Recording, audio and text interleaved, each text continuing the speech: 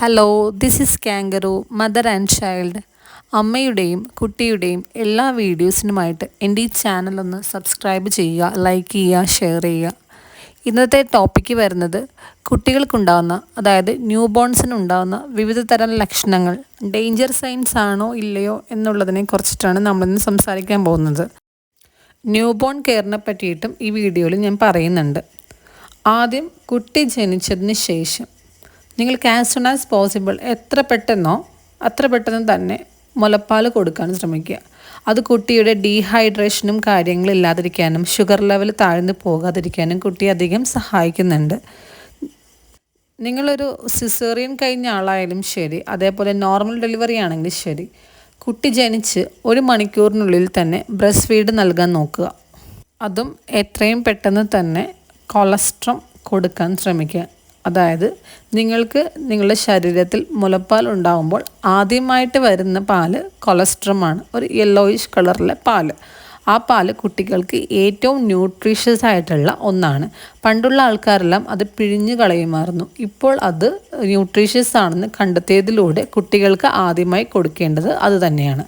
അതുപോലെ തന്നെ അടുത്തൊരു ചോദ്യമാണ് എത്ര ഇടവിട്ട് കുട്ടികൾക്ക് പാല് കൊടുക്കണം എന്നുള്ളത്. നിങ്ങൾ 2 hours തന്നെ ഫീഡാക്കാൻ ശ്രമിക്കുക. ഇത് കുട്ടിയുടെ ബ്ലഡ് ഷുഗർ ലെവൽ കുറഞ്ഞു പോകാതിരിക്കാൻ വളരെ ഹെൽപ്പ് ചെയ്യുന്നുണ്ട്. അതേപോലെ അടുത്തതായിട്ട് നിങ്ങളുടെ ഒരു ബ്രസ്റ്റിൽ നിന്ന് മാത്രം കുട്ടിക്ക് പാല് കൊടുക്കാൻ ശ്രമിക്കുക. ആ ബ്രസ്റ്റ് എംപ്റ്റി ചെയ്തതിന് ശേഷം മാത്രം അടുത്ത ബ്രസ്റ്റിൽ നിന്ന് കൊടുക്കുക. ഇത് നിങ്ങളുടെ കുട്ടിക്ക് 2 ടൈപ്പുള്ള മിൽക്കും കിട്ടാൻ ഹെൽപ്പ് ചെയ്യുന്നുണ്ട്. അതായത് ഫോർ മിൽക്കും ഹിൻ മിൽക്കും. ഫോർ മിൽക്ക് ആദ്യമായിട്ട് വരുന്ന പാലാണ്. അതായത് കുട്ടി കുടിച്ചു തുടങ്ങുമ്പോൾ ആദ്യമായിട്ട് വെള്ളം പോലെ ഇരിക്കുന്നൊരു പാലാണ്. ആ പാല് കുട്ടിയുടെ ദാഹത്തിനെ ശമിപ്പിക്കാൻ വേണ്ടിയിട്ടുള്ളതാണ്. ഹിൻ മിൽക്ക് കുട്ടിയുടെ വിശപ്പിനും അതുപോലെ വെയിറ്റ് ഗെയിനും വേണ്ടിയിട്ടുള്ളതാണ്. അടുത്തതായി കുട്ടീനെ ഏതെല്ലാം പൊസിഷൻസിൽ ഫീഡാക്കാവുന്നതിനെ കുറിച്ചിട്ടാണ്. കുട്ടീനെ ഈ കാണുന്ന പൊസിഷൻസ് എല്ലാം നിങ്ങൾക്കൊരു പില്ലോയുടെ സപ്പോർട്ട് യൂസ് ചെയ്തിട്ട് ഫീഡാക്കാവുന്നതാണ്. കുട്ടിയായിട്ട് നിങ്ങൾ ഫീഡാക്കുന്ന സമയത്ത് കുട്ടിയായിട്ട് നിങ്ങൾ കണക്റ്റായിട്ട്, അതായത് ബോഡി ടു ബോഡി ടച്ച് ഉണ്ടാവണം. അതിലൂടെ നിങ്ങളുടെ ബ്രെയിനിനെ സ്റ്റിമുലേറ്റ് ചെയ്ത് മിൽക്ക് പ്രൊഡക്ഷൻ കൂട്ടുന്നതാണ്. അതിനാണ് ബോഡി ടു ബോഡി ടച്ച് വേണമെന്ന് പറയുന്നത്. ഇനി കുട്ടിക്ക് എങ്ങനെയാണ് പാല് ലഭിച്ചു എന്നറിയുന്നത്. നോർമലി കുട്ടികൾ പാല് കുടിച്ചു കഴിഞ്ഞാൽ ഒരു ദിവസത്തിൽ 6-12 തവണയെങ്കിലും മൂത്രമൊഴിക്കുന്നതാണ്. അതേപോലെ 6 തവണയെങ്കിലും മോഷൻ പാസ് ചെയ്യുന്നതാണ്. നല്ലതുപോലെ ഉറങ്ങുന്നത് കൂടെയാണ്. ഏകദേശം 2 മണിക്കൂർ 3 മണിക്കൂർ വരെ കുട്ടി ഉറങ്ങുന്നതാണ്. അടുത്തതായി കുട്ടികൾക്കുണ്ടാകുന്ന മാറ്റത്തെക്കുറിച്ചിട്ടാണ്. 3 ആഴ്ച കഴിയുമ്പോൾ കുട്ടികൾക്ക് വളരെയധികം മാറ്റങ്ങൾ സംഭവിക്കുന്നുണ്ട്. അവരുടെ ഡെയിലി റൂട്ടീൻസ് ഇത്ര നാൾ വയറ്റിലുണ്ടായിരുന്നത് പോലെയല്ല പിന്നീട് അങ്ങോട്ട് ഈവനിങ് ആകുമ്പോൾ അവർ കരച്ചിൽ തുടങ്ങും. അതായത് ഈവനിങ് കോളിക് എന്നാണ് അതിനെ പറയുന്നത്. അതേപോലെ അവർക്ക് വയറുവേദനയുണ്ടാവും, ഗ്യാസിൻ്റെ പ്രശ്നങ്ങളുണ്ടാവും. കുട്ടിക്ക് വിശപ്പിനായി കരയുന്നതാണ്. പാരൻസിൻ്റെ അറ്റൻഷന് വേണ്ടിയിട്ട് കൂടുതലായിട്ട് കരയുന്നുണ്ട്. അതേപോലെ ടയേർഡാണെങ്കിലും ഡയപ്പറൊന്നും നനഞ്ഞാലും എല്ലാത്തിനും അവർ കരയുന്നതാണ്. അവർക്ക് ആകെ പ്രകടിപ്പിക്കാൻ പറ്റുന്ന ഒരു ഓപ്ഷൻ എന്നുള്ളത് കരച്ചിലാണ്. അപ്പോൾ അവരിതെല്ലാം ചെയ്യുന്നതാണ്.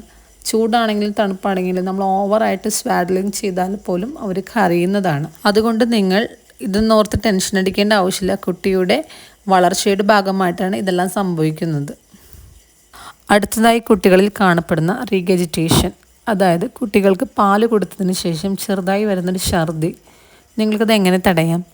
കുട്ടീനെ ഫീഡാക്കുമ്പോഴും അതിന് ശേഷവും ബേപ്പ് ചെയ്യുക.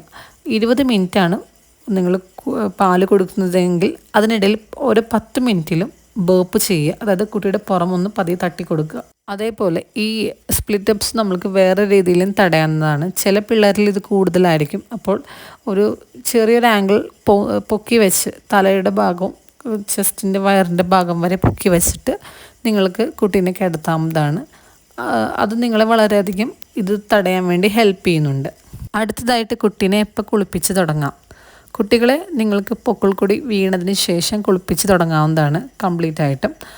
അതിനു മുമ്പായിട്ട് നിങ്ങൾ പതിയെ ഒരു തുണി വെച്ചിട്ട് തുടച്ചെടുക്കുന്നതാണ് നല്ലത്.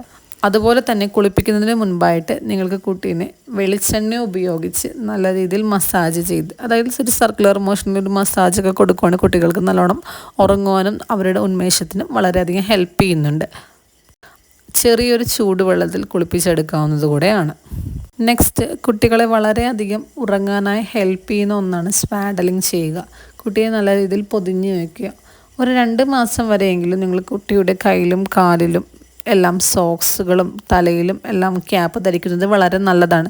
ഇത് കുട്ടിയെ തണുപ്പിൽ നിന്ന് കുട്ടിയുടെ കൈകാലുകൾ സംരക്ഷിക്കാനും കുട്ടിയുടെ വളർച്ചയെയും വളരെയധികം ഹെൽപ്പ് ചെയ്യുന്നുണ്ട്.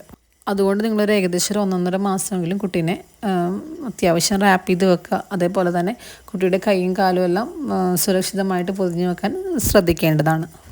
അടുത്തതായിട്ട് കുട്ടികളിൽ കാണപ്പെടുന്ന ഒന്നാണ് മംഗോളിയൻ മാർക്ക്. ജനിച്ച കുട്ടികളുടെ ബാക്ക് നോക്കിയാൽ അറിയാം, അവരുടെ ബാക്കിലൊരു ചെറിയൊരു പാട് കാണാം. ഇത് കുട്ടികളുടെ ലോവർ ബാക്കിലായിട്ടാണ് കൂടുതൽ കാണപ്പെടുന്നത്. ഗ്രേ അതേപോലെ ബ്ലാക്ക് കളറിലൊരു മാർക്കാണ്. ഇത് ഏകദേശം 1-2 വയസ്സാകുമ്പോൾ മാഞ്ഞു പോകുന്നതാണ്.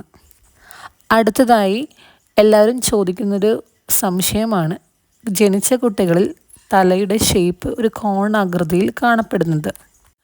നിങ്ങൾ ശ്രദ്ധിച്ചാൽ അറിയാൻ സാധിക്കും, സിസേറിയൻ കഴിഞ്ഞ കുട്ടിയുടെ തലയും അതേപോലെ നോർമൽ ഡെലിവറി ത്രൂ ആണൊരു കുട്ടി വന്നതെന്നുണ്ടെങ്കിൽ ആ കുട്ടിയുടെ തലയും വളരെ വ്യത്യാസമുണ്ടാകും.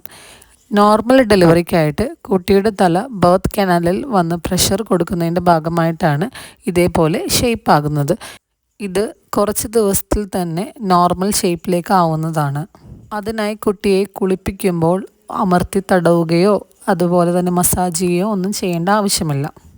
അടുത്തതായി ചില കുട്ടികളിൽ കാണപ്പെടുന്നതാണ് സൈനോസിസ്. അതായത് കുട്ടികൾക്ക് ശ്വാസതടസ്സമുണ്ടാകുക. കുട്ടിയുടെ ശരീരഭാഗത്തിൽ ചില ഏരിയ മാത്രമായിട്ട് ബ്ലൂ കളറിൽ കാണപ്പെടുന്നു. കാലിൻ്റെ അടിഭാഗം, കൈവിരലുകൾ, അതേപോലെ ചുണ്ടിൻ്റെ താഴ്ഭാഗവും മോൾഭാഗവും കണ്ണിൻ്റെ അവിടെയും മൂക്കിൻ്റെ അവിടെയുമായിട്ട് ഇതേ രീതിയിൽ ഒരു ബ്ലൂയിഷ് കളർ കാണുന്നുണ്ട്. ഇത് കുറച്ച് അപകടകരമാണ്. ഇങ്ങനെ എന്തെങ്കിലും കാണുകയാണെന്നുണ്ടെങ്കിൽ നിങ്ങളുടെ ഡോക്ടറെ അറിയിക്കുക. സൈനോസിസ് വരാനുള്ള കാരണം കുട്ടിയുടെ ഹാർട്ടിന് എന്തെങ്കിലും ഡിഫിക്കൽട്ടി ഉണ്ടെങ്കിലോ അതേപോലെ ലങ്സ് വല്ല ഇൻഫെക്ഷനോ ശ്വാസതടസ്സമോ എന്തെങ്കിലും ഉണ്ടെങ്കിലാണ് പ്രധാനമായിട്ടും ഇങ്ങനെയുള്ളൊരു കണ്ടീഷൻ വരാനുള്ള ചാൻസ് കൂടുതലുള്ളത്. പ്രത്യേകം ശ്രദ്ധിക്കേണ്ടത്, ഇങ്ങനെ എന്തെങ്കിലും കളർ ചേഞ്ച് കുട്ടികൾക്ക് കാണുകയാണെന്നുണ്ടെങ്കിൽ അപ്പോൾ തന്നെ ഡോക്ടറെ അറിയിക്കുക. അതുപോലെ തന്നെ ചില കുട്ടികളിൽ വളരെയധികം ക്ഷീണവും തളർച്ചയും, നമ്മൾ കുട്ടിയെ എടുത്തു പിടിക്കുമ്പോൾ വളരെ തളർന്ന് കിടക്കുന്ന രീതി കാണപ്പെടുകയാണെന്നുണ്ടെങ്കിൽ അപ്പോൾ തന്നെ നിങ്ങളുടെ ഡോക്ടറെ അത് ഇൻഫോം ചെയ്യേണ്ടതാണ്. ഏതൊരു കുട്ടി ജനിച്ച് വീഴുമ്പോൾ തന്നെ ആ കുട്ടിക്ക് കൊടുക്കേണ്ട കെയറാണ് ഏറ്റവും പ്രധാനം. കുട്ടികളുടെ കെയറിൽ നമ്മൾ പ്രത്യേകം ശ്രദ്ധിക്കുക. നേരത്തെ പറഞ്ഞതുപോലെ എല്ലാ കാര്യങ്ങളും ഒന്ന് നോക്കുക. അതിൽ കാണുന്ന എന്തെങ്കിലും ബുദ്ധിമുട്ടുകൾ ഉണ്ടെങ്കിൽ തന്നെ നിങ്ങൾ ഉടനടി ഡോക്ടറുടെ അടുത്ത് കൊണ്ടുപോകേണ്ടതാണ്. അതേപോലെ കഴിയുന്നത്ര നിങ്ങൾക്ക് നിങ്ങളുടെ കുട്ടിയെ ബ്രസ്റ്റ് ഫീഡ് ചെയ്യാനുള്ള കോൺഫിഡൻസ് ഉണ്ടെന്നുണ്ടെങ്കിൽ നിങ്ങൾ ബ്രസ്റ്റ് ഫീഡ് മാത്രം കൊടുക്കുക, ഫോർമുലയ്ക്ക് പകരം. അത് ഒരു 6 മാസം വരെ കണ്ടിന്യൂ ചെയ്യേണ്ടതാണ്. അതുപോലെ തന്നെ കുട്ടി ജനിച്ച് 24 hours തന്നെ മെക്കോണിയം പാസ് ചെയ്തോന്നും യൂറിൻ പാസ് ചെയ്തോന്നും ചെക്ക് ചെയ്യേണ്ടതാണ്. ഇത് പ്രധാനപ്പെട്ട ഒരു കാര്യമാണ്. ഒരു ന്യൂ ബോൺ ബേബിക്ക് നമ്മളുടെ എൻവയോൺമെൻറ്റായിട്ട് അഡ്ജസ്റ്റായി വരാൻ കുറച്ച് സമയം എടുക്കുന്നതാണ്. അപ്പോൾ ഇതെല്ലാം പ്രത്യേകം ശ്രദ്ധിക്കുക. എന്തെങ്കിലും ബുദ്ധിമുട്ടിയോ ഡിഫിക്കൽട്ടീസോ ഉണ്ടെന്നുണ്ടെങ്കിൽ നിങ്ങളുടെ ഡോക്ടറിനെ അപ്പോൾ തന്നെ ഇൻഫോം ചെയ്യുക.